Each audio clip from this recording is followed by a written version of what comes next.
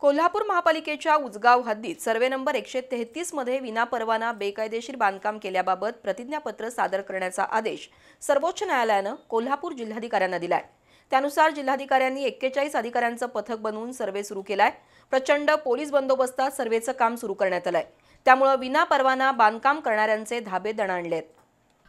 करवीर तालुक्यातील उचगाव आणि कोल्हापूर महानगरपालिकेच्या हद्दीचा वाद न्यायप्रविष्ट आहे। सर्वे नंबर 133 मधील विनापरवाना बेकायदेशीर बांधकामाबाबत ओमकार गायकवाड, प्रशांत कुलकर्णी आणि उमेश तराळ यांनी दावे दाखल केले होते। त्यानुसार 3 मे 2018 रोजी सर्वोच्च न्यायालयाने जैसे थेचा आदेश दिला होता, पण हा आदेश डावलून अनधिकृत आणि विनापरवाना बांधकाम सुरूच होतं। या दाव्यांची सुनावणी 22 जानेवारी रोजी सर्वोच्च न्यायालयात पार पडली। परिस्थिती जैसे थे ठेवण्याचे आदेश असतानाही काही बांधकामधारकांनी विनापरवाना बांधकामं पूर्ण केली आहेत, तर काहींनी ती सुरूच ठेवली आहेत। ही बाब सर्वोच्च न्यायालयाच्या सुनावणी दरम्यान पुढे आली आहे।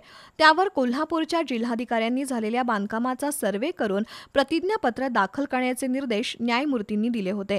त्यानुसार जिल्हाधिकाऱ्यांनी मनपा नगररचना विभागाचे सहाय्यक संचालक विनय झगडे आणि जिल्हा सहाय्यक आयुक्त नागेश मुदगेकर यांच्या नेतृत्वाखाली 5 पथकाद्वारे सर्वेक्षण सुरू केलंय।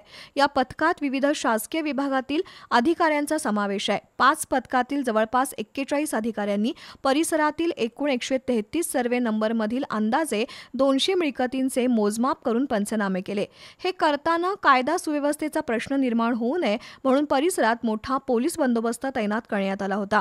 ही कारवाई 2 दिवस चालणार असून यामुळे अनधिकृत आणि विनापरवाना बांधकाम केलेल्या बांधकामधारकांचे धाबे दणाणले आहेत।